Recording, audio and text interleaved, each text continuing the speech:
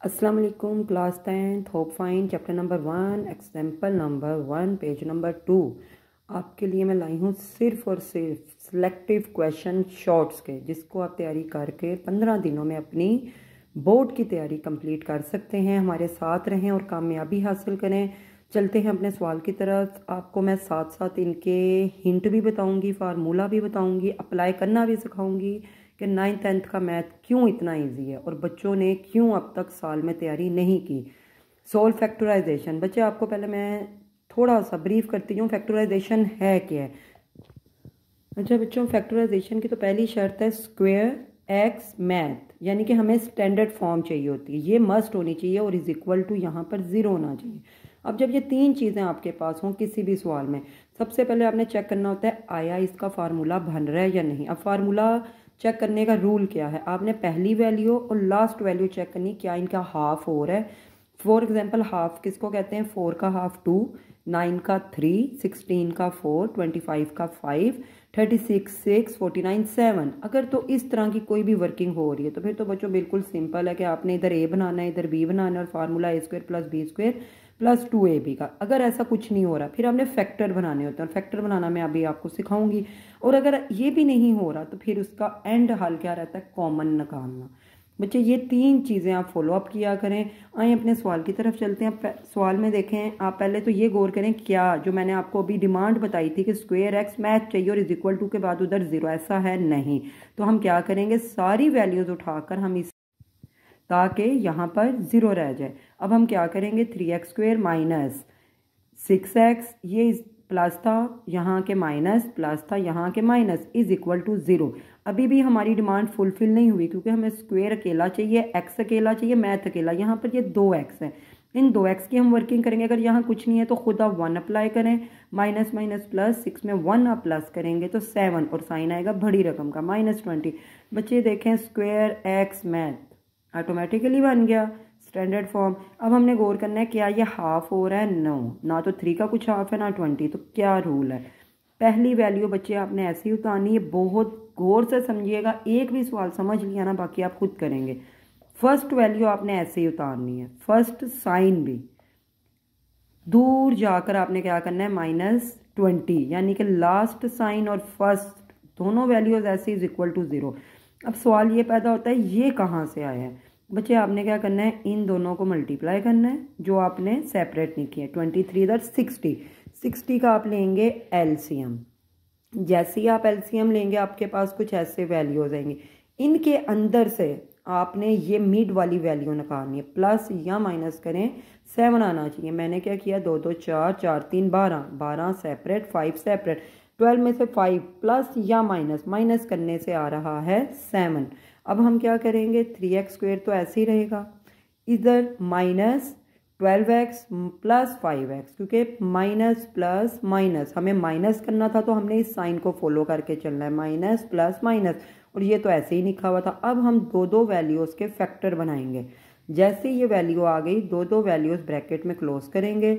इधर अब हम देखेंगे ये दोनों किस टेबल पर जा रहे हैं, 3 के, इसके अलावा x भी कॉमन है, 3 से जाएगा, एक x से तो रह गया x माइनस 3 4 12 प्लस इन दोनों में 5 कॉमन है, 5 से गया x माइनस 4 5 20।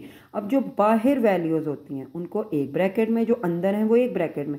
अब एक दफ़ा हम इसके साथ 0 लेट कर लेंगे, एक दफ़ा इसके साथ। 3x इज इक्वल टू, ये कांस्टेंट वैल्यू हमेशा उधर होनी चाहिए, इधर प्लस था वहाँ जाके माइनस। अब बच्चे इन दोनों के दरमियान कोई भी साइन नहीं, जब कोई साइन ना हो तो वो मल्टीप्लाई है, तो वहाँ जाके divide, x is equal to -5 divided by 3। x यहाँ पर तो सिंपल कैलकुलेशन -4 था, वहाँ जाके +4।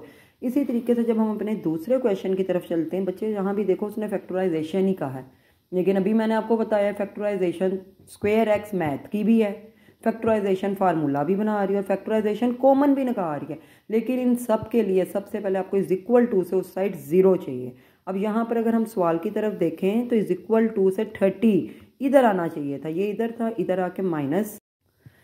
अब बच्चे अगली डिमांड क्या है, हमारे पास सिर्फ 2 वैल्यूज़ हैं, तो जब भी 2 वैल्यूज़ होंगी उसका आप कॉमन निकालेंगे। इन दोनों में क्या कॉमन है, 5x, 5 से गया, x से गया, बाकी हमारे पास क्या बच गया, एक्स माइनस 5 के टेबल में 36 पर जाता है इज इक्वल टू 0। अब एक दफ़ा इसके साथ हम 0 ले लेंगे, 5x इज इक्वल टू 0, एक दफ़ा x माइनस 6 इज इक्वल टू 0, x तो इधर ही रहेगा इज इक्वल टू 0, ये 5 मल्टीप्लाई हो रहा है वहाँ जाके डिवाइड, जब आप डिवाइड करेंगे तो x इज इक्वल टू 0। इसी तरीके से ये इधर माइनस था वहाँ जाके प्लस। एक्सरसाइज नंबर 1.1 की तरफ आते हैं बच्चे। ये आपको मैं बार बार बता रही हूँ कि स्टैंडर्ड फॉर्म किसको कहते हैं। अगर आपको इसकी समझ आ गई तो आपके लिए कुछ मुश्किल नहीं है। वो कहता है कि इसको क्वेश्चन को हल करें और बताएं क्या ये स्टैंडर्ड फॉर्म है या प्योर फॉर्म है। अब स्टैंडर्ड तो आपको बता चुकी हूँ, स्क्वायर एक्स मैथ। प्योर का मतलब है इन तीनों में से कोई सी एक चीज़ मिस होनी चाहिए। सवाल जब हम करेंगे हमें आइडिया हो जाएगा। उसने हमें सवाल में देखें इधर कोई साइन नहीं दिया, जब भी कोई साइन ना हो तो मल्टीप्लाई, और डबल वैल्यूज आ जाएं तो डबल मल्टीप्लाई। डबल मल्टीप्लाई का रूल क्या, आपने पहली वैल्यू लिखनी है इसके साथ अगली पूरी ब्रैकेट, नेक्स्ट वैल्यू +7, फिर आपकी अगली bracket is equal to -7। X को आप एक्स से मल्टीप्लाई करेंगे एक्स स्क्वायर, माइनस एक्स को हम 3 से करेंगे 3x plus 7x plus minus minus 7 3 ज़ा 21 इज इक्वल टू -7। अब बच्चे ये -7 इधर नहीं चाहिए, इधर चाहिए ताकि इधर 0 आ जाए। तो इधर जब माइनस से उधर हम लेकर के प्लस, अभी भी डिमांड पूरी नहीं हुई। स्क्वायर अकेला चाहिए था, एक्स अकेला चाहिए था, मैथ अकेला, इधर डबल मैथ है। इसकी वर्किंग हम करेंगे minus plus minus, sign minus का 21 में से 7 माइनस किया 14। अब देखें आप कितना आसान हो गया, स्क्वायर भी आ गया, एक्स भी आ गया और मैथ भी। तो इट इज़ क्वाड्रेटिक भी है और ये स्टैंडर्ड फॉर्म भी है, प्योर फॉर्म नहीं है, प्योर क्वाड्रेटिक नहीं है, स्टैंडर्ड का क्वाड्रेटिक है। इसी तरीके से जब हम अपने दूसरे सवाल की तरफ बच्चे चलते हैं, देखें बार बार एक ही चीज़ आपने माइंड में रखनी है कि हमें स्क्वायर एक्स मैथ चाहिए। तो इधर नीचे वैल्यूज़ क्या कहानी है, हमें नीचे वैल्यूज़ नहीं चाहिए। जब भी नीचे वाली वैल्यूज़ आपने ख़त्म करनी है तो उसका रूल क्या है, इनको मल्टीप्लाई करें, 7 3 ज़ा 21। अब 21 को बोथ साइड से मल्टीप्लाई करें, और बोथ साइड का मतलब होता है सब से, इससे भी और इससे भी, यानी कि आप 21 इस पूरी वैल्यू के साथ भी लिखेंगे, माइनस 21 हम इसके साथ भी लिखेंगे, इज इक्वल टू 21 हम इसके साथ भी। अब देखें लिखने का मकसद क्यों था, ताकि ये कटिंग हो सकती। 3 के टेबल पर 21 7 पे कटा, 7 के टेबल पर 3 पे, ऑटोमेटिकली हमारे पास 7x² + 4 माइनस 3 और x माइनस 21। अब ब्रैकेट है, मैथ का रूल है जब भी ब्रैकेट आ जाए हमने पहले ब्रैकेट सॉल्व करनी है। 7 को x से मल्टीप्लाई करेंगे, 7x² + 7 4 ज़ा माइनस 3x, ये यहाँ पर प्लस था, इसको यहाँ आना है, minus 21 is equal to 0। x² तो आ गया है हमारे पास, माइनस 3x हमने रीअरेंज किया, प्लस 28 माइनस 21। बच्चे अब देखें ये हमारे पास सिंगल सिंगल वैल्यू, ये डबल है, इसको हम जब वर्किंग करेंगे तो 28 में से 21 निकाला 7, automatically square x math, it mean it is a quadratic भी है और स्टैंडर्ड फॉर्म भी है। जब हम अपने अगले सवाल की तरफ जाते हैं तो सेम ऊपर वाली वैल्यूज़ वाला जो है सीन है कि इधर भी नीचे वैल्यूज़ थी, इधर भी नीचे है। तो हमने सिंपल क्या करना है, जितनी भी नीचे वैल्यूज़ हैं उनको मल्टीप्लाई कर देना है बोथ साइड से। तो x + 1 को हम इससे भी, x + 1 को इससे भी और x + 1 को इससे भी। जैसे ही आप ये वर्किंग करने लगेंगे, x + 1 से गया, यहाँ पर x की कटिंग हुई, बाकी हमारे पास क्या बचा, x और x² plus x + 1 x + 1 square, यानी कि ये दो ब्रैकेट्स में दो वैल्यूज आ गई, इज इक्वल टू 6x ने x से भी मल्टीप्लाई होगा तो 6x² प्लस 6x 1 से भी होगा, 6 1 ज़ा 6 x 1 ज़ा x² प्लस। बच्चों अगर तो आप लोगों का मैथ समझ आ चुका हुआ है तो मेरा नहीं ख्याल कि मुझे बताना पड़ता, आपका ऑटोमेटिकली दिमाग चलना चाहिए था कि ये देखें दो चीज़ों पर स्क्वायर आ गया, तो हमने तो इसका खोलना ही फार्मूला, इसको a कंसिडर कर लें, इसको भी a² plus b² plus 2ab is equal to 6x² plus 6x। जैसे ही आपने फार्मूला खोला वैल्यूज हमारी आ गई x² plus x² plus 1 plus 2x is equal to 6x² plus 6x। अब बच्चे ये दोनों वैल्यूज हमें उधर चाहिए थी ताकि इधर 0 आ सकता। अब हम अरेंज भी करते जाएंगे, स्क्वायर वाली वैल्यूज x और कांस्टेंट, x² प्लस x², इधर ये प्लस था वहाँ जाके माइनस, प्लस 2x, ये इधर प्लस था वहाँ जाके माइनस, प्लस 1 इसी साइड पे था तो इसको प्लस में रहने देंगे, इज इक्वल टू 0।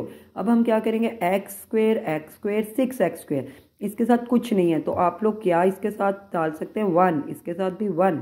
तो बच्चे जब आपने 1 और 1 प्लस करना है 2 आएगा, 6 माइनस करेंगे 4x², इसी तरीके से 6 में से आप 2 निकालेंगे 4x प्लस 1 माइनस नहीं चाहिए, ना सवाल में ना जवाब में। अगर कभी माइनस आ जाए आपने उसी टाइम माइनस क्या ले लेना है, कॉमन। कॉमन से क्या होगा, अंदर वाले सारे साइन चेंज हो जाएंगे। जैसे ही आप माइनस बाहर लेंगे, minus minus plus, minus minus plus, minus plus minus. अब आप देख सकते हैं हमारे पास वैल्यू। और एक और चीज़ बताती हूँ, जो भी चीज़ बच्चे कॉमन निकलती है वो ज़ीरो हो जाती है, उसकी कोई वैल्यू नहीं रहती है। अब हमारे पास सिर्फ क्या रह गया, 4x² plus 4x minus 1 is equal to 0। तो इसका मतलब है ये भी क्वाड्रेटिक भी और स्टैंडर्ड फॉर्म भी है। मज़े का सवाल बच्चे आने लगा है। जो पहले आपको पहला सवाल करवाया गया है, आपको तो खुद मानना चाहिए फैक्टराइजेशन कैसे थी। आपने सिर्फ फार्मूला, स्टेप्स या कुलिया या रूल्स अप्लाई करते हुए क्या करना है, x² x मैथ वो दे चुका हुआ है, आपने x² ऐसे ही उतारना है, माइनस भी ऐसी, -20 भी ऐसी। हमें मिड में 1 चाहिए, तो हम क्या करेंगे, 20 1 ज़ा 20, 20 का एलसीएम लेंगे, 5 4 ज़ा 20, 4 1 ज़ा 4, 5 और 4 में से हम जब माइनस करेंगे 1 आएगा। 5x आप यहाँ पर डालें, 4x यहाँ पर। अब साइन आपने सोच के डालना है कि माइनस है, या हम क्या डालें कि ये माइनस हो जाए, हम प्लस डालेंगे। जैसे 1 2 3 4 वैल्यूज आएंगी, हम 2 2 को ब्रैकेट्स में डालेंगे, इनके फैक्टर बना लेंगे। अब इन दोनों में क्या कॉमन है, x। x जब x से गया x माइनस x से गया 5 प्लस 4x माइनस 5। बच्चे आपकी फैक्टराइजेशन की एक और चीज़ बताती हूँ, ये आपके सेम आने चाहिए, आपके साइन तक सेम होने चाहिए। अब ये आप एक ब्रैकेट में रख लें और x माइनस 5 एक ब्रैकेट में, इसके साथ भी 0 लेंगे, इसके साथ भी। यहाँ पर ये प्लस था, वहाँ जाके माइनस, ये माइनस था, वहाँ जाके प्लस। अब नेक्स्ट सवाल में वो कहता है 3y² is equal to y minus 5। आपका उसी टाइम माइंड चलना चाहिए कि ये ब्रैकेट यहाँ क्या कर रही है, मैथ में तो ब्रैकेट होनी नहीं चाहिए। तो हम पहले क्या करेंगे, ब्रैकेट ओपन करेंगे, 3y² ऐसे ही रहेगा, y² minus 5y। Next step क्या होना चाहिए, हमें इक्वल टू से यहाँ 0 चाहिए। इट मीन हम ये सारा उठाकर उधर ले जाएंगे, इधर ये प्लस था, मान जाके माइनस, माइनस था, मान जाके प्लस। अब आपने y² की वर्किंग है, इन दोनों को माइनस हम करेंगे, 2y² प्लस 5y। जैसे ही दो वैल्यूज आएंगी, इन दो वैल्यूज में से हमने कॉमन लेना होता है, और क्या कॉमन निकला, y। जैसे ही आप y कॉमन निकालेंगे, y से गया 2y प्लस y से गया 5। अब एक दफ़ा हमने y के साथ 0 ले लेना है, एक दफ़ा 2y प्लस 5 के साथ हम 0 लेंगे। 2y इज इक्वल टू, ये प्लस था, वहाँ जाके कांस्टेंट वैल्यू माइनस। अब इन दोनों के दरमियान बच्चे कोई साइन नहीं, जब किसी के अंदर कोई साइन ना हो तो वो मल्टीप्लाई और वहाँ जाके डिवाइड, यानी कि y is equal to -5/2। Next सवाल देखें, 4 minus 32x is equal to 17x²। बच्चे यहाँ पर देखें, ये हमारी स्टैंडर्ड फॉर्म नहीं है, कितना इन लोगों ने सारा गड़बड़ किया हुआ है। हमने इसको रीअरेंज करना है, और कैसे अरेंज करना है, पहले स्क्वायर की वैल्यू, फिर x की, फिर मैथ की। हम क्या करेंगे, 17x² के पास हमेशा जिस तरह बड़ों के पास छोटे जाते हैं, ये बड़ी वैल्यू है। अलजबरा में इसको बड़ा समझा जाता है, इसको नहीं। ये पावर 17x² के पास हम उठाकर इसको भी ले आएंगे और इसको भी। अब ये यहाँ पर माइनस था तो वहाँ जाके प्लस हो गया, ये प्लस था, वहाँ जाके माइनस, ऑटोमेटिकली 0 रह गया। अब सवाल हमारा आसान है, हमने क्या करना है, पहली वैल्यू ऐसे ही, साइन भी ऐसे, नेक्स्ट वैल्यू ऐसे, साइन भी ऐसे, इन दोनों को मल्टीप्लाई करेंगे। 17 4 ज़ा 68। एलसीएम आप लेंगे, जैसे ही आप एलसीएम लेंगे कुछ ऐसी वर्किंग आएगी। 17 2 ज़ा आप 34 और 2 सेपरेट रखेंगे, दोनों को माइनस करेंगे, हमें 32 चाहिए था, ऑटोमेटिकली 32 आ गया। हम इनको माइनस जब करेंगे, अब 1 2 3 4 वैल्यूज हैं, इनके हम क्या बना लेंगे, फैक्टर। इन दोनों में क्या कॉमन है, 17x, अंदर रह गया x प्लस 2 माइनस, इन दोनों में 2 कॉमन है। अब माइनस ने बच्चे अंदर वाला साइन जरूर चेंज करना है, क्योंकि आपको मैंने पहले भी बताया ये सेम होने चाहिए, और बच्चे क्या गलती करते हैं, ऐसे ही उतार देते हैं। अब इनको एक ब्रैकेट में और इनको एक ब्रैकेट में, एक दफ़ा इसके साथ 0 ले लें, एक दफ़ा इसके साथ। ये -2 था, वहाँ जाके +2 मल्टीप्लाई हो रहा था, नीचे डिवाइड, ये प्लस था, वहाँ जाके माइनस।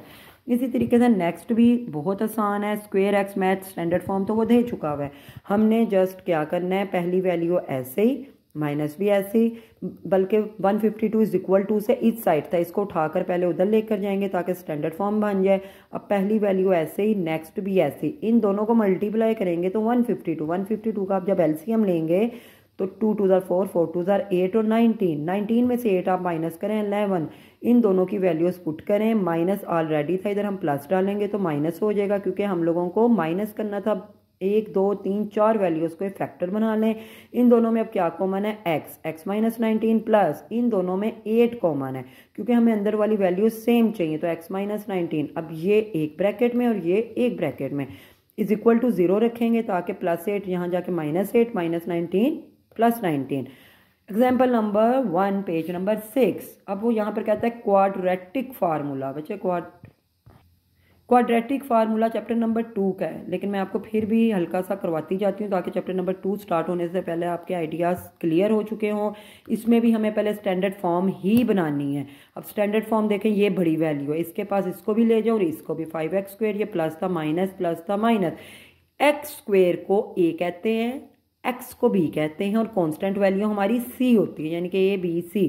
और फार्मूला बहुत easy, -b plus minus √b² - 4ac/2 है। जस्ट आपने क्या करना है, वैल्यूज पुट करनी है। माइनस b की वैल्यू -9 प्लस माइनस b की वैल्यू -9 का स्क्वायर -4ac/2a। a 5 है, minus minus plus, plus minus 9 9 81 minus 4 5 20 22 40 और नीचे 2 5 10। 9 प्लस माइनस 121 आएगा। 121 का ऑटोमेटिकली अंडर रूट निकलता है 11। अब एक दफ़ा आपने प्लस माइनस का मतलब एक दफ़ा आपने प्लस 11 में डालना है, एक दफ़ा -11 में। फिर आप क्या करेंगे, इन दोनों को प्लस करेंगे 20/10। जब आप इनको माइनस करेंगे 2/10। कटिंग करेंगे 10 2 20, 2 1 2, 2 5 10। Solution set is -1/5 and 2।